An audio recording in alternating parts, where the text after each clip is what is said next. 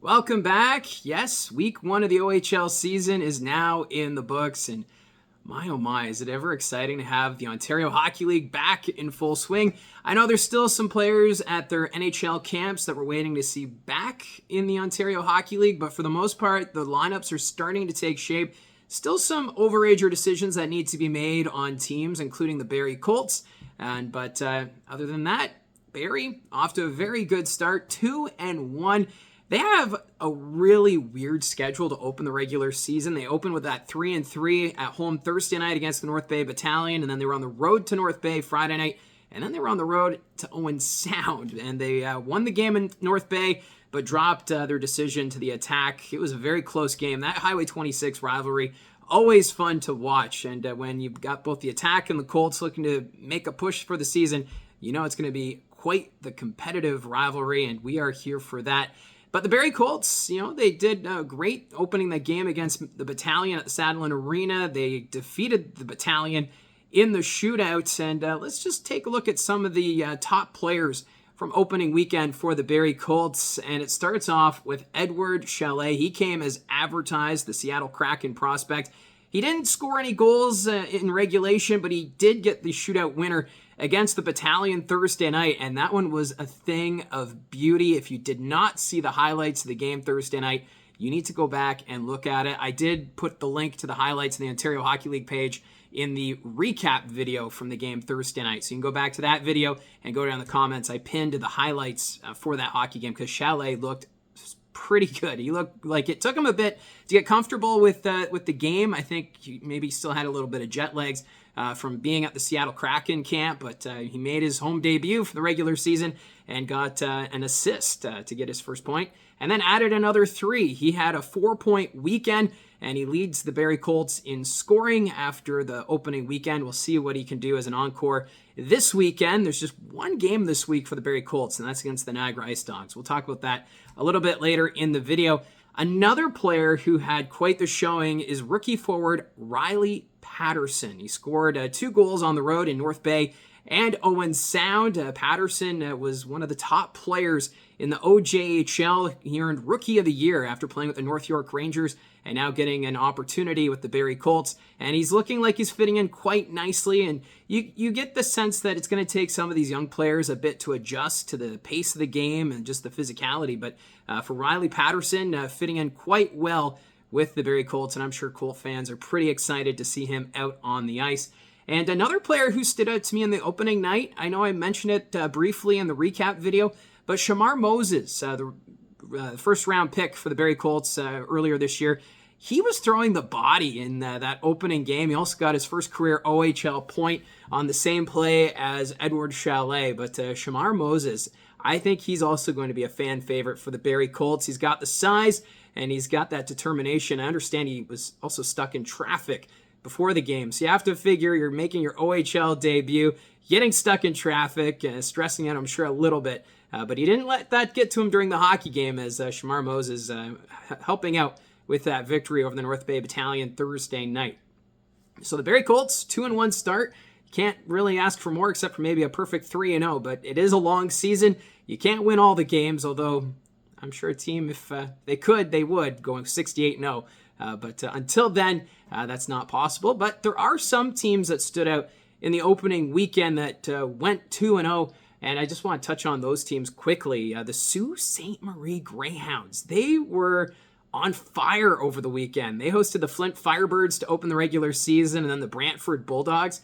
They put up 18 goals for and gave up 8 against in just 2 games, and that included an 11-3 victory over the Flint Firebirds. So the Sioux Greyhounds, they were ready to play. And another team that had an awesome start to the season, the Kitchener Rangers. A lot of people, I think, were kind of writing them off this year as maybe a team that's going to enter a rebuild and maybe not compete for the playoffs in the Western Conference. But Kitchener had other plans, and that included a home ice victory against the Saginaw Spirit. Of course, they're the Memorial Cup hosts this year, and the Rangers putting up a 4-3 victory on home ice before going on the road and defeating the Flint Firebirds 8-0.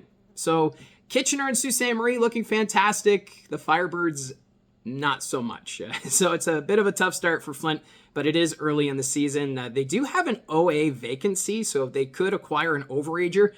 So we'll see if they look to maybe a team in the Eastern Conference, bringing in maybe an OA defenseman, but we'll have to wait and see on that front. No news yet on any potential moves involving the Flint Firebirds, but give it some time. It was a bit of a shocking start for them with that 11-3 loss in Sault Ste. Marie and then the 8-0 defeat on home ice against the Kitchener Rangers.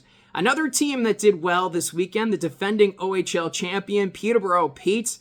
For the Petes, a lot of people picking them to maybe miss the playoffs in the Eastern Conference, despite having some good talent still in that lineup, including like Millie and Maillet. And just they have a pretty solid overager group, and we're still also waiting to see what are they going to do with a player like Cam Gauvreau. Is he a player that could be on the move, because they do have extra overagers?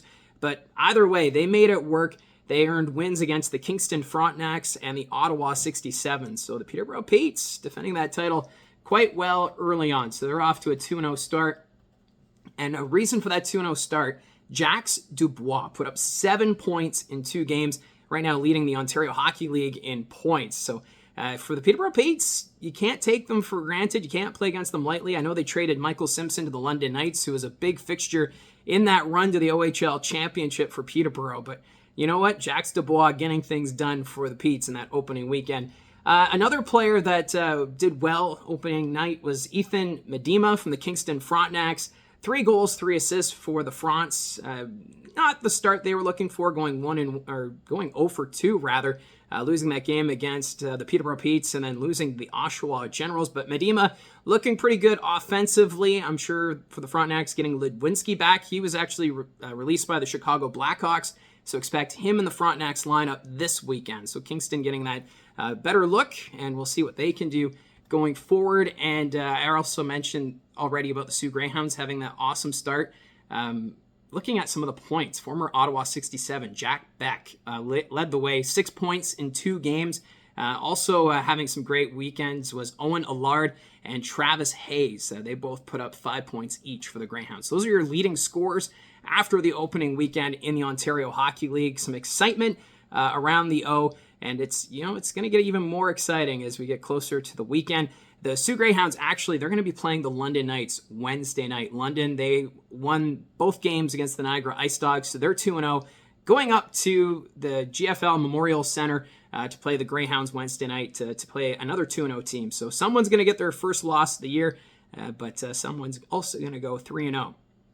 Now, I did touch on that the Barrie Colts, they're going to be playing the Niagara Ice Dogs this weekend. That's the only game the Barrie Colts will play. Niagara, they went 0-2. However, they put up quite the fight against the London Knights. They did not make that an easy walk in the park to start off the season for them. So don't take the Niagara Ice Dogs lightly. They still have some good talent on that lineup, including Kevin He. He's going to be one player definitely to watch if you are going to be following the Niagara Ice Dogs this season, or just what is going on in the Central or Eastern Conference. The Niagara Ice Dogs, they do have a game before they come to the Saddle Arena on Saturday. They're going to play the Mississauga Steelheads. That's going to be a Thursday night game at Meridian Place. The Niagara Ice Dogs 0-2, Mississauga 2-0. So that's going to be a good Central Division matchup Thursday night before Niagara comes to town on Saturday. So that's how things look after the opening weekend in the Ontario Hockey League. Let me know your thoughts, maybe what surprised you, what impressed you the most about the Barrie Colts, or something else from around the Ontario Hockey League. So the season, it's well underway. I do have an interview with a Barrie Colt player coming up. I think it's going to be released tomorrow. So I'm going to leave you in a little bit of suspense as to who it's going to be. I know someone also wondering if it's going to be Bo Jelsma. I will say that it is not Bo Jelsma this time, but it will be a member of the Barrie Colts. So stay tuned for that. And keep coming back. Remember to hit like and subscribe to stay tuned with what's going on with the Barrie Colts and the rest of the Ontario Hockey League as the 2023-24 season is now underway. And we'll talk to you again soon.